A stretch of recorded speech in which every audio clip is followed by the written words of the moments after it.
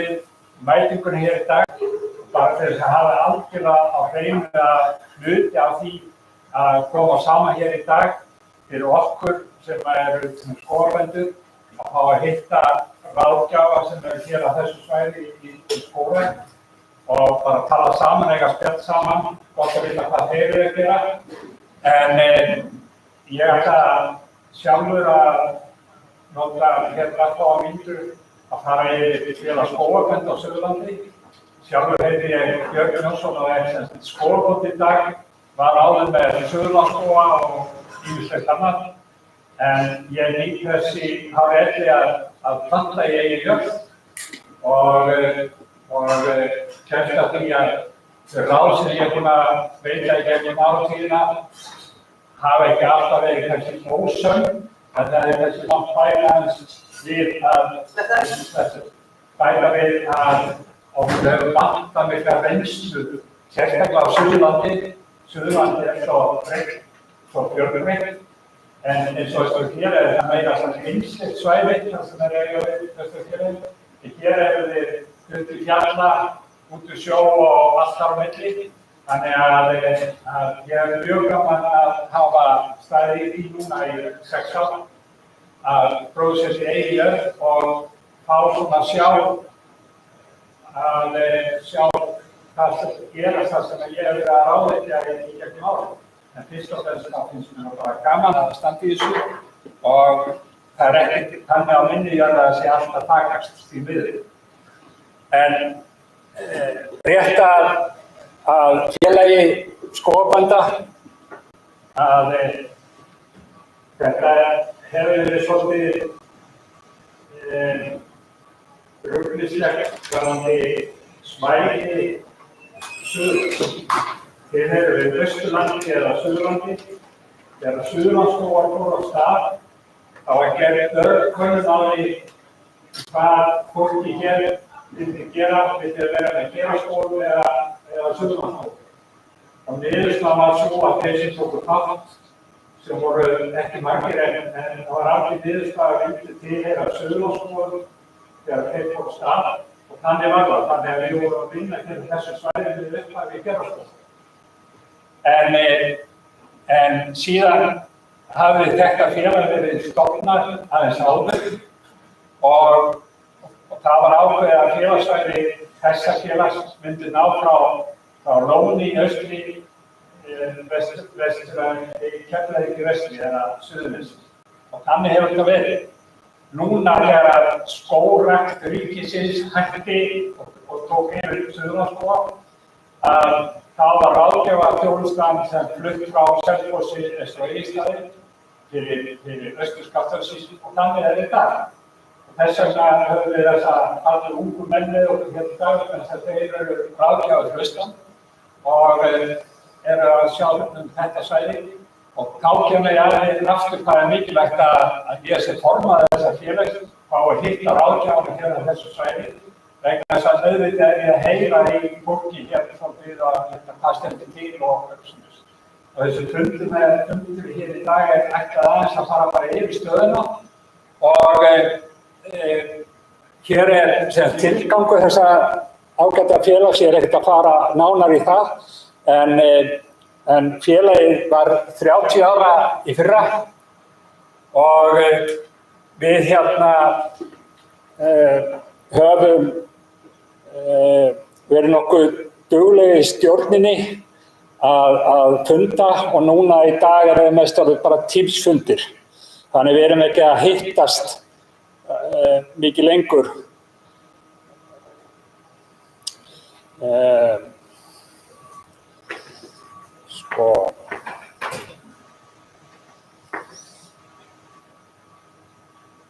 Já, það er þarna, já. En Hlynur Gauti sem situr hér og það er ágætt að það komið fram að hann er að taka upp þennan fund og að öllu líkindum þá kemur hann inn á, hann verður á YouTube eða ekki og síðan ætlar hann að setja link inn á skógabondi.is. Hann er kominn, þannig að þeir sem hafa ekki tækifæri að vera með okkur í dag, að þeir geta farið þarna inn og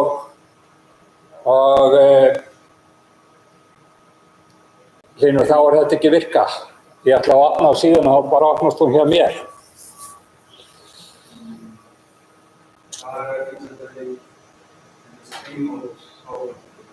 Ok.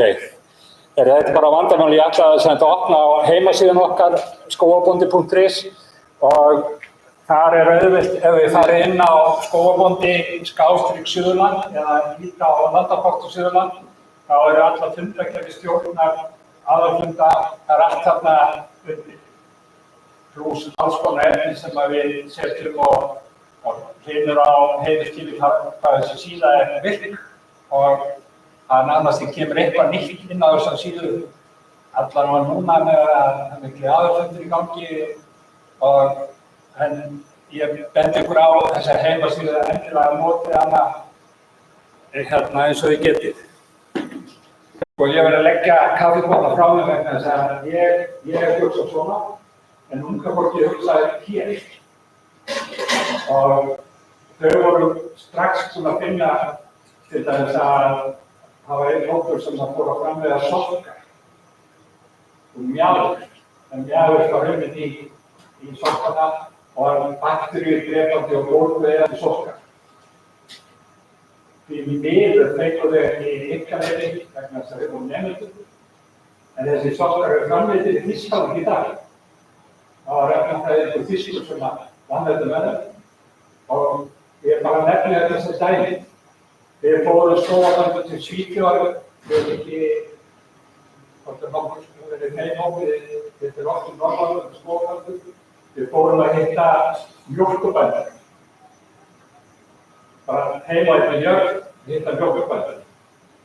Þau voru búin að selja kviknaði, selja allt innbótsins, voru farin að framleiða vöru sem selja á Ítalíu. Það var sömdu við bændur 60 kílómetra hringinn í jörðina að tíma svepp. Bændurinn kom með sveppina á búið að breyta fjósum í þurrkunarstöð og fiskifjósum og þurrkunarstöð. Þessi sveppir ekki seldir í dag í Svíþjóð. Þeir allir niður til Ítalíu og eru seldir þær í dýrustu búðunum, vegna þess að Frú sagði, við erum ekki að selja sveppina, við erum að selja umbúðir. Það umbúðirnar sem eru svo flottar og kannski 5 sveppir í hverju haust. Þannig að þau frosta hýtið, græddu vel, og með 4 heilsársmannir að sinna þessu. Þannig að hugmyndin þarna út í skógi, það var bara að finna. Í þessu verkefni ætlum við að finna einhverja vöru, hvort sem það tindri eða einhverju öðru. Tökum 3 að geta, og því miður var undirkíkarsjóður Suðurlands ekki tilbúin að láta okkur hafa styrkt núna, en það er bara næst. Þannig að ég er svo heppinn að vera kominn með mér 3 öflugar manneskjur. Það er bara fyrst hérna að á öðru ári ætlum við að vera búin að semja við Eflustofuna. Við segjum að vera 5 hugmyndir í haust sem við sjáum að við viljum skoða betur.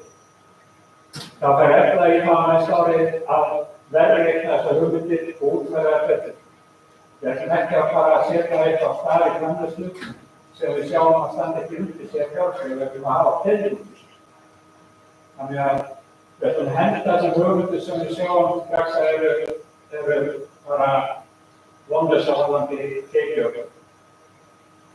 Þannig að í lok 2025 ætlum við vonandi að hafa nokkra vöruflokka tilbúna til þess að bjóða fyrirtækin, einstaklingar sem vilja setja af stað úrvinnslu af því sem við erum tilbúin.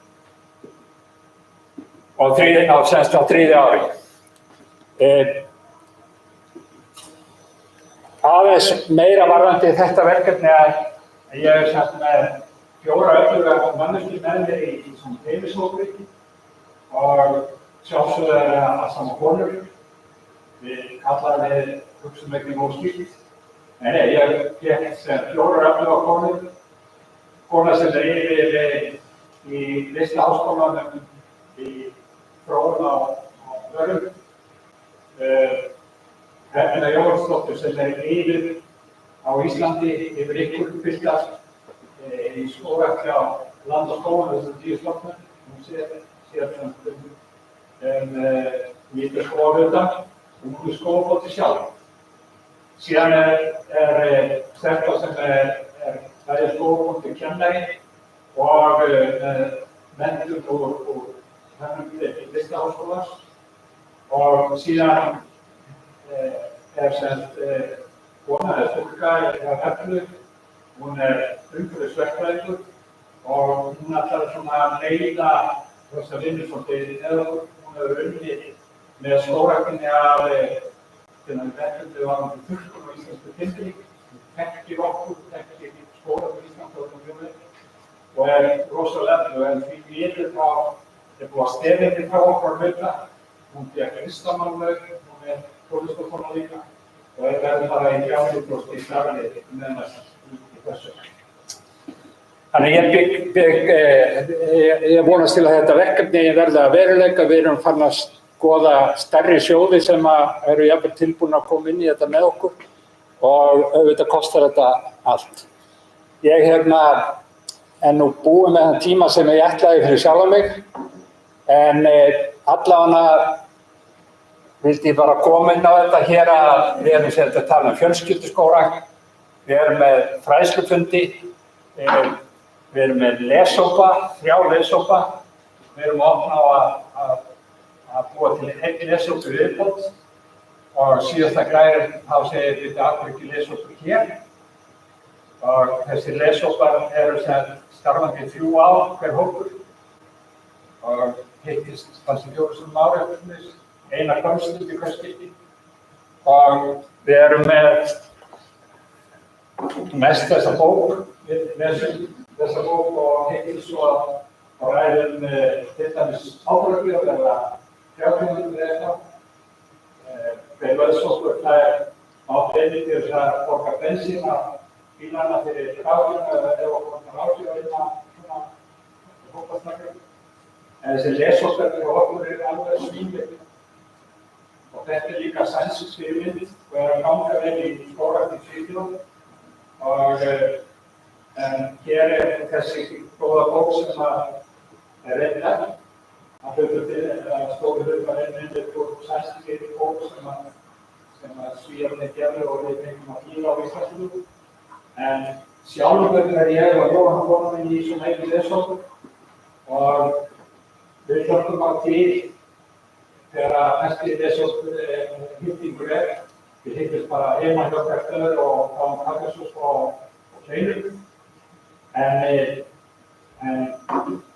það megi alls ekki vera með 12 fyrir þessu. Helst ekki herri átt. En 10 manns í lesóttur alveg mjög gott. Þannig til þess hjónæðir þá fyrir hver. En þessi lesóttar að skila mjög góða og nú erum við búin með hugmynd sem ég veit ekki hvað það. Hjörturveginn sem hefði á þetta og hætti Svíþjóðar á stór sýningu næsta vor. Þetta mjög út, það svona skógarsýning.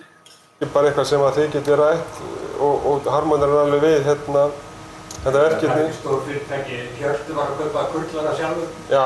Sér hann að hópið að kaupa bara sameiginlega.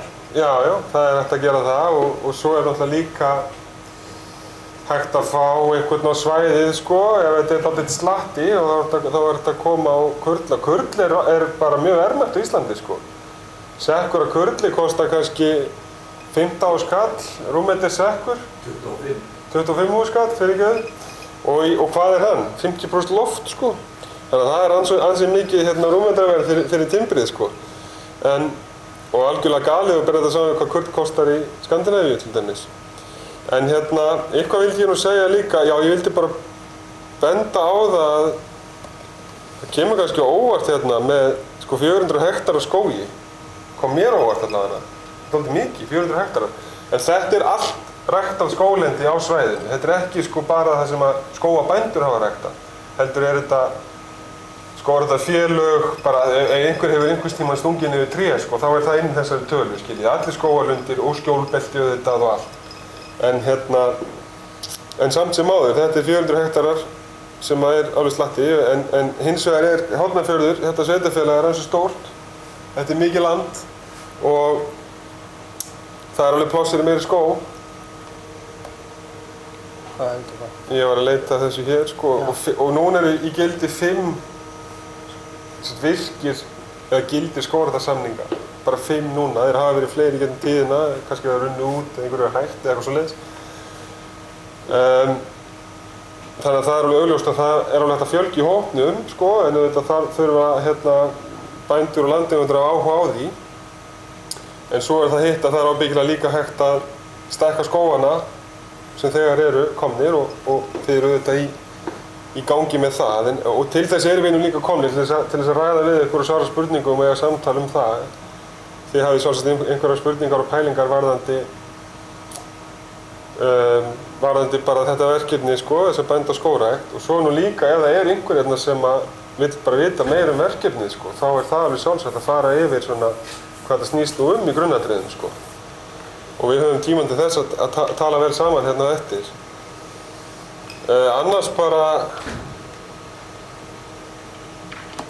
þetta ekki bara ágætt í bili? Við bara tökum á til spurningum þá.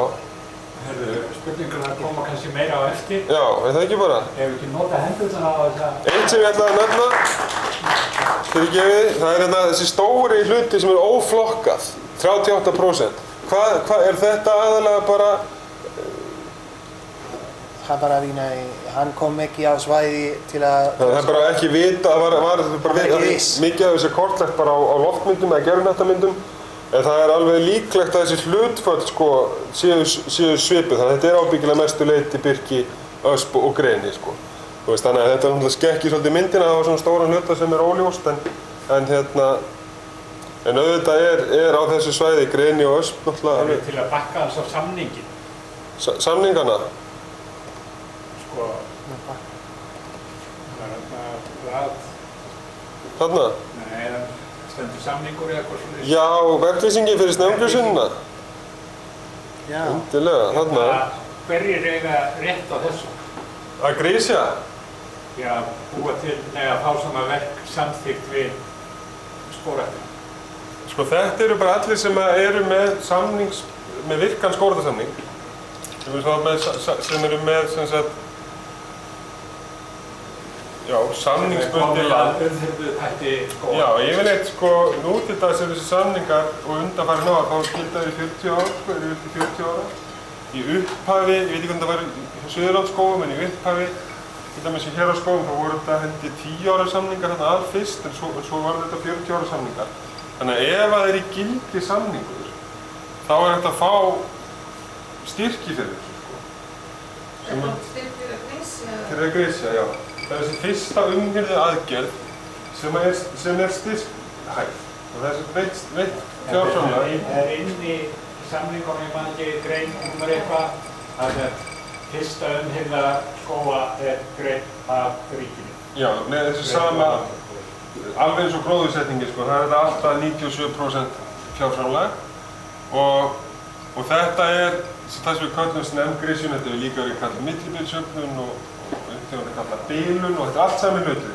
Í dag erum við svona aðalega að kalla þetta snemmgrísjun, sumir kalla þetta millibilsjöfnun og þetta bara fyrsta grísjun í skóginum, gert með að skóginn ennþá ungur og þannig verið að grísja burt öll tré sem hafa orðið undir eða eru margstofna eða léleg og búa til, og þetta yfirleitt sko bara lítið sprek eins og ég sagði áðan sem raunverulega ekkert nýtalegt í neitt að viti sko, nema kannski, já allavega ekki, það stundum borgar sig að draga þetta út og kurla þetta og svo geta skógarbændur líka oft gert eitthvað sko nýtt sér í girðingarstöður eða eitthvað svoleiðis þó þetta sé kannski ekki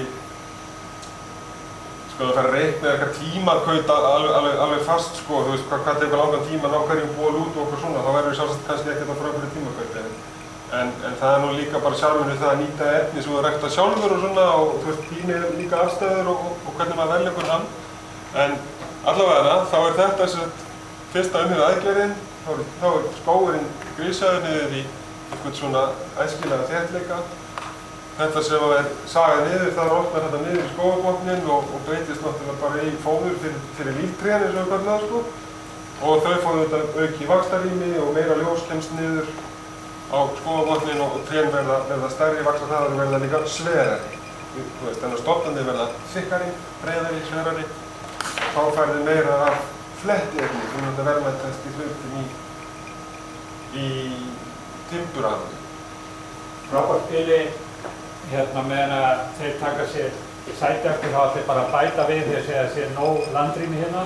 Ég tek undir það en mínar gömlu ræður hér alltaf að það passa sig hér á þessu svæði að við Íslendingar við eigum það fallegt land.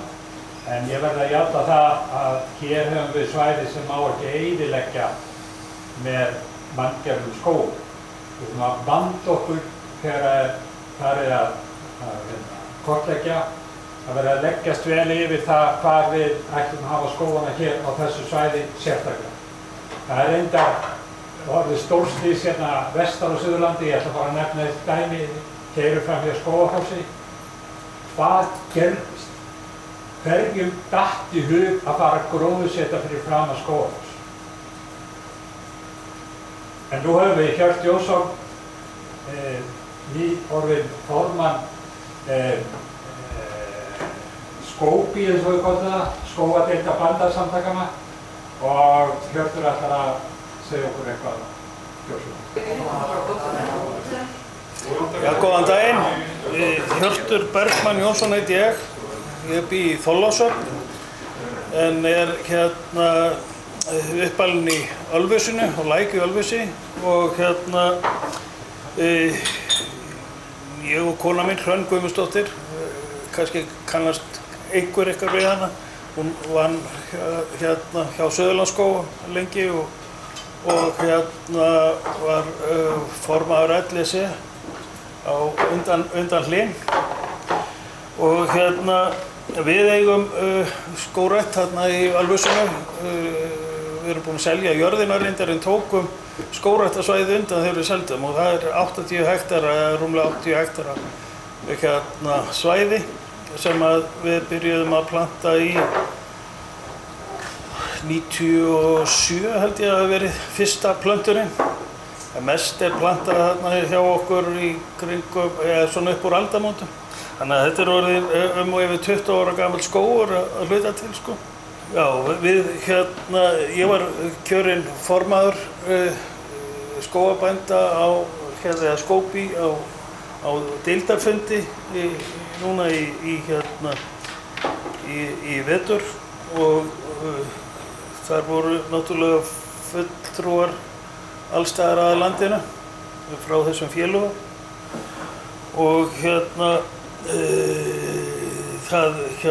Jói Gísli á Egilsstöðum, hann var formaður áður og gekk út og Hrönn kona mín þegar ný stjórn var kjörinn og Bjarni, hann fyrrverandi skattstjóri á Austurlands, hann kom með mér inn í stjórn og Laufey Leifsdóttir á Norðurlandi og Dagbjartur og Guðmundur á Vesturlandi. Ef maður fyrir að skoða tillögur frá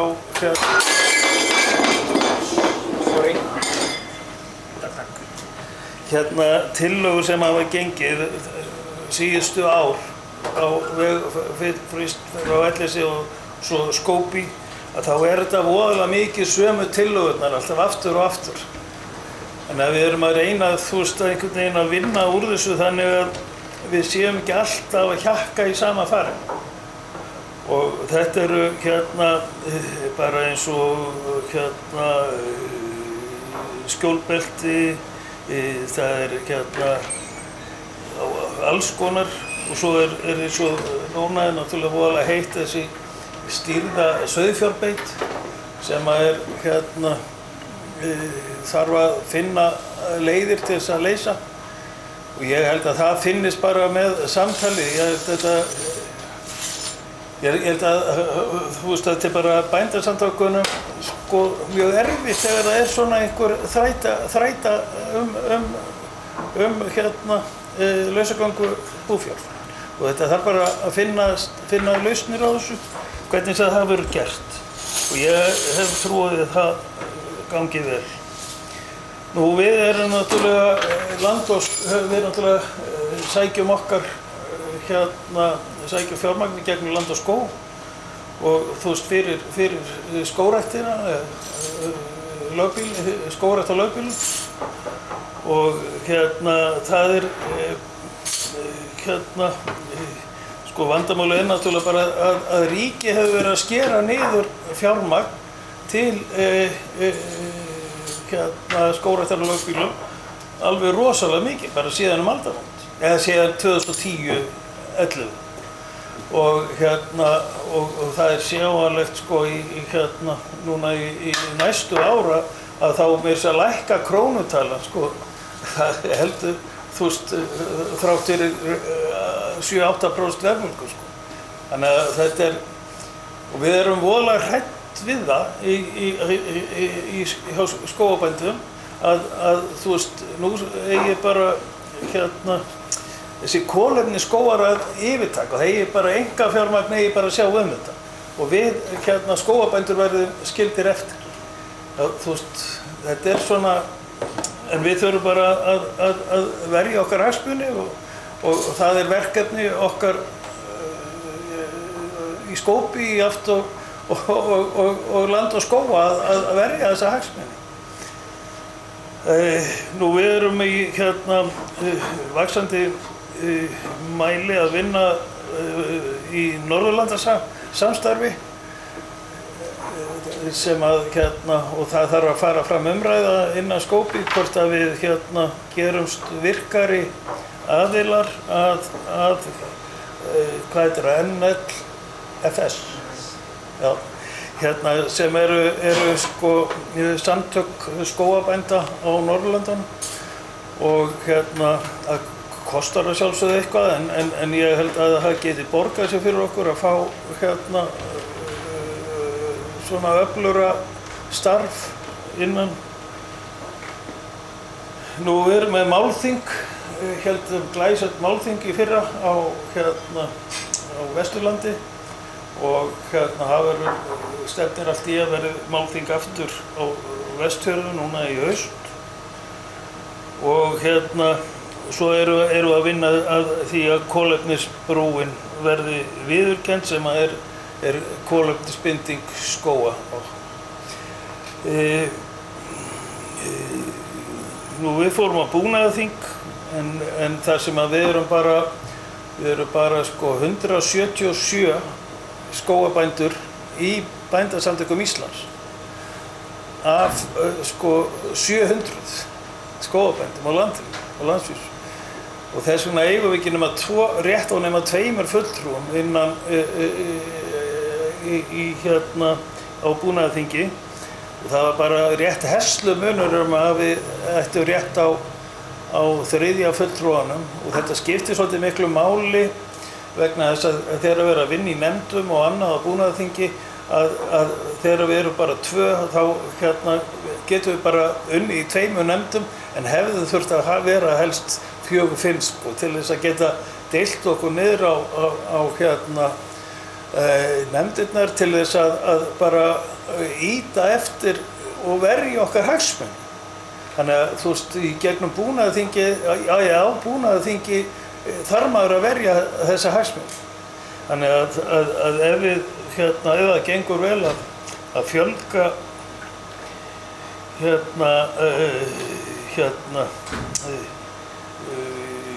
ef fólk gengur betur meira inn í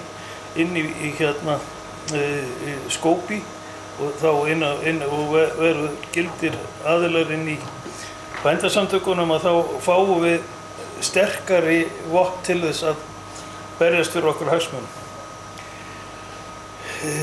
Það var fagráðstefna í Hofi á Akureyri daginn. Það var mjög fróðlegt og það voru fyrsta skipti útluta hvatningarverðlaun skógræktar í fyrsta skipti, já, og það var Sigurður Arnarsson sem fékk þau hvatningarverðlaun, sem var mjög vel að því komin, og það var svona falleg stund. Nú, við erum að vinna og Hlynur hefur nú borið þá vinnu ansi mikið að fá CE-vottun á burðarvið úr íslenskum skógum. Þannig að sko, það er gerð krafa CE-vottun fyrir burðarvið. Við megum rista niður í klæðningar og annað þýðilegt, sko, þyljur og gólffjalir, en þegar það kemur að burðarvið úr íslensku við, þá þurfum við að hafa vottun á því. Það stendur yfir, sko, endurskoðun á stuðningskerfi Lands og skóga, og við gerðum skoðanakönnun sem að Hlynur sá og það komu mjög mikið að svörum, komu 170 svör sem að við vorum svona gæla við, kannski að það kæmi kannski 30-40 svör, sko. En þetta var svakalega góð svörun, og það verið að vinna úr þeirri skoðanakönnun upp á að þú veist, það er bara grasrótin þú veist, hefur þá, eða almenni skógarbóndi fær þannig sko möguleika á að svara spurningum og segja til hvernig þau vilja sjá skógrækt á lögbýlum þróast til framtíðar, sem bara mjög gott, sko. Nú, það var spurt sko, hvaða stuðningskerfi hefur þú nýtt þér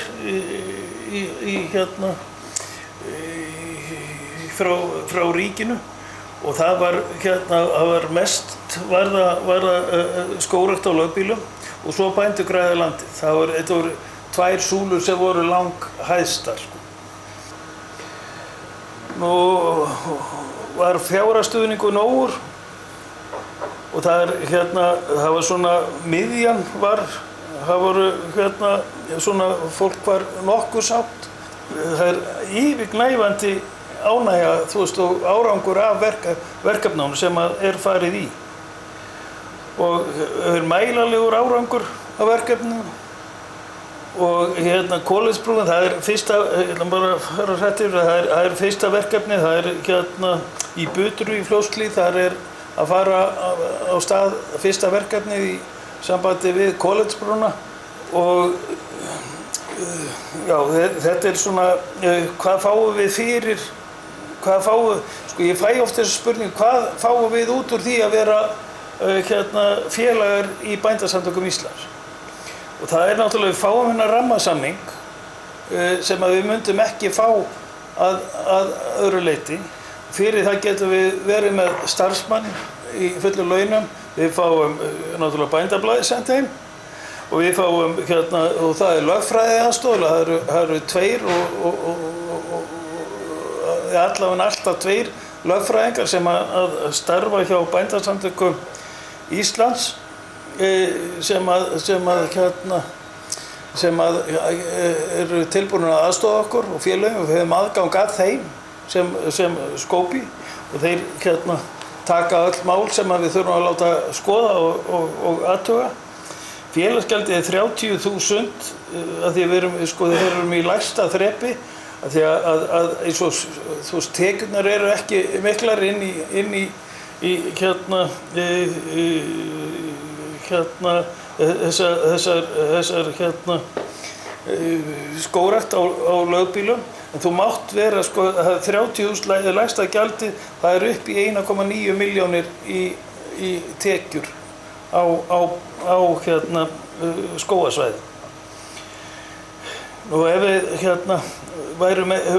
værum ekki í í Bændasamtökum Íslands þá myndum við missa rammasamninginn og missa þessa slagkraft sem að felst í því að vera innan bændasamtakana, þú veist, og með þessa stóru hreyfingu á bak við okkur. Þannig að það skiptir bara mjög miklu máli. Já, hvað hefur áorkað? Það er málþingi sem við héldum í fyrra og ætlum að halda áfram og vera árlega. Það er útlitsflokkun á íslensku timbri, stendur yfir og klárast eins og ég sagði áðan. Og svo er þessi samvinnu verkefni, það er að horfa fram á við að það eru í úrvinnslumálin fyrst og fremst að við þurfum að fara að huga verulega að því að sinna þessum úrvinnslumálum, af því að það eru víða sem að eru komin skógar hér á Suðurlandi eru orðnir það stórir víða að við þurfum að fara að huga virkilega að þessum úrvinnslumálum. Og það er bara mjög nauðsynlegt, þannig að við náum að búa til alvöru verðmæti úr þessum skógum. Og svo náttúrulega hvet ég fólk bara til þess að skrifa í Bændablaðið. Já, það er í framtíðina, það er þetta málþing skógabænda á Laugum í Seljaskal 12. október. Og svo er þetta Norðurlandasamstarf sem ég talaði áðan. Og svo náttúrulega þurfum við bara að vera í mjög góðu samtali við Land og skóga. Þannig að við þurfum að efla þetta samtal. En þetta náttúrulega bara búið að vera svolítið erfiður tími síðustu 2-3 árin. Því að þú veist, þegar það er verið að sameina svona 2 stofnanir eins og landgræðsluna og skógræktina, þetta gerist ekki á einni nóttu, sko. Þetta verður að fá að þróast og verður að fara að ganga svolítið hraðar. Þannig að þú veist, og ég held að það gerist bara með meira samtali. Og svo þurfum við að fara að vinna meira af framtíðarsýn skógabænda, eins og Björn kom inn á áðan, þessi stefnumörkun til framtíðar. Eins og Björn sagði, hvernig viljum við að félag skógabænda líti út 2050, sko, og hvaða leiðir, hvernig sjáum við þetta umhverfi þá, og þegar við erum búin að ákveða og vitum hvernig við viljum hafa þetta þá er þetta að fara að finna leiðir til þess að fara þessa leið. Það getur verið aðeins mismunandi eftir héruðum og landslutum, en við þurfum að finna þessa leiðir og til þess þarf þetta samtal.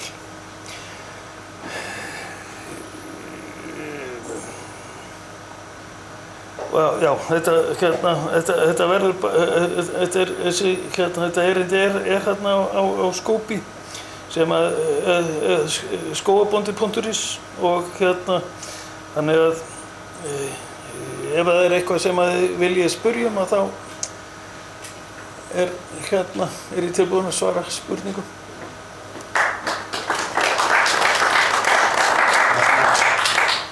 Takk Hjörtur og takk strákar aftur. Það væri gaman að við getum tekið svona smá samtal, spurt Hjört og strákana meira. Ég hef aldrei sleppt tækifæri gegnum mitt líf ef svona öflugir drengir standa upp og segja ég er tilbúinn. Þá grípum maður tækifærið og þeir eru búin að segja við erum tilbúin að koma og hjálpa ykkur. Grípið tækifærið, þeir eru með neistan í augunum þessi strákar og tilbúin fyrir aðstoða, hvað sem það er. Við sem erum í skógabændafélaginu, okkur líður ákaflega vel með hvað margir eru að taka þátt. Við erum alltaf tilbúin að fá fleiri. Þeir eru með e-mailið björn@bjartar.is ef þið viljið bæta inn börnum eða er einhver hérna inni sem vil ganga í félagið, endilega hafa samband eða hringið eða hvað sem er. Þannig að síðan hefði ég viljað kannski ef einhver er tilbúinn að tjá sig, viljum við gera eitthvað meira í félagsstarfi hér í sýslunni. Ef svo er að ég er alveg tilbúinn að koma aftur og setjast niður ef það er til dæmis búið til skemmtilegan leshóp úr svona öflugu fólki. Þessi leshópar eru algjörlega svínvirka, ég get bara sagt það sjálfur. Að hittast tvisvar að kvöldi 4 sinnum á ári heima hjá einhverjum skógabónda eða ekki verra ef að veðrið er þannig að geta labbað út í skóg og horft á eitthvað eða gert eitthvað. Þetta er ofsalega einfalt kerfi og ég eiga svona hvet ykkur að skoða það. Og ég er tilbúinn sem þetta aðstoða í því ef að þarf og það er eitthvað vandamál að keyra eitthvað austur í hvernig allur veðri sem er. Það sé ekki í brjálæði. En síðan er líka ef eitthvað er tilbúinn að gefa kost á sér inn í stjórn okkar á Suðurlandi, ég bara að segja aftur að við erum ofta að hittast á netinu eða búið að eins og Sólveig Pressbakkakoti á Kirkjugarðarklaustri, ég held að hún hefði keypt einu sinni á stjórnarfund á síðastliðnu ári. Það er miklu meira. Þannig að þessi hittingar eru orðið á netinu og eru bara að virka. Síðan eru spurningar til strákana endilega, Hjörtur, er ekki einhver sem vil hérna segja eitthvað? Það má koma hingað, það má líka sitja eða hvað sem er. Þannig kannski bara það sem að hefur líka komið þar í samtælum hjá okkur Borja er að þetta er svo afskekk frá þjónustu í rauninni. Það er Austurland og svo er kannski það mikið vestar og þetta er komið svolítið skóli eins og voru talið að alla þess að hætta það. Og eitthvað að þessu er komið í slemmirísun og það er þegar einhvers konar umbyrður. Þannig að halda að það er mjög æskilegt ef það hefur 5 samningar í gildi að sé einhvers konar svona samráð. Þú nefndir þetta einhvers konar... Ég reyndar var svolítið sleginn að heyra hvað samningarnir eru fá. Ég held að fyrir aðeins að fara ofan en það er einhver hérna búinn að missa samningar og þess að vita allir þessu. Samningarnir eru svo verðmætt.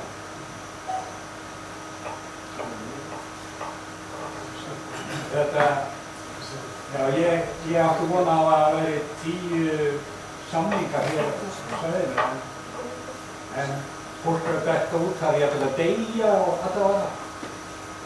Já, ég veit ekki, það hafið á 26 sko frá upphafi svo fengið eitthvað fjárframlög en það er líka að stærstum hluti til skjólbestarrekt sko, svona. En, já, ég veit það ekki sko og ég veit að fólk veit ekki hérna ákvæmlega að við veitum eitt af með sem einhver bara hætti sko og við viljum gera það og gerum það núna líka en hérna annars veit ég hérna söguna sko hversu margir hafa verið með samning sko undir hatti skógræktar á lögbýlum áður og af hverju þeir verið ekki lengur sko en þetta var það sem við erum ekki með samning. Þau voru aldrei mjög margt, en það er fleiri en 5. Það gæti að var margir skólbestar. Já, það gæti verið að það hefði verið skjólbestarrekt gegnum Suðurlandsskóla sko. Það hefði verið. Þú þekkir það náttúrulega. Ég held svolítið langt síðan ég var aðvendaböndur sko. En það voru dálítið margir, það var ekki margir á í skóla. Er eitthvað þessi, ég fjóri hérna í þessu. Fjölnir. Já, og 5 á Fjölnir. Já, það er svo. Þetta er skóla. Er Skapti Pálsson ekki eða hvað? Já, hann er það.